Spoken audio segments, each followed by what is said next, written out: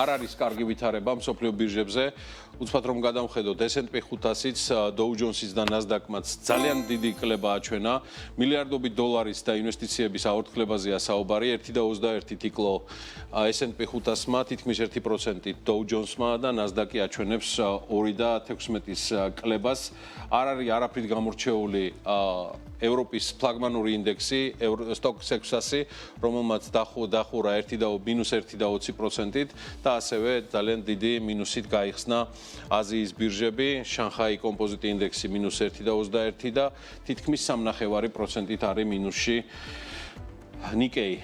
რაც შეეხება ნავთობის ფასებს, როგორც გითხარით, ნედლი ნავთობი უკვე $92 ნიშნულს უახლოვდება, ხოლო ბრენტი გადასცა $100.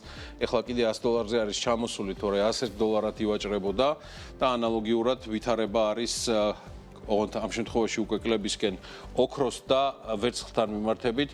$4028-ია უკვე ჩამოსული ოქრო, ვერცხლი კი $47 გახლავთ უნციაზე.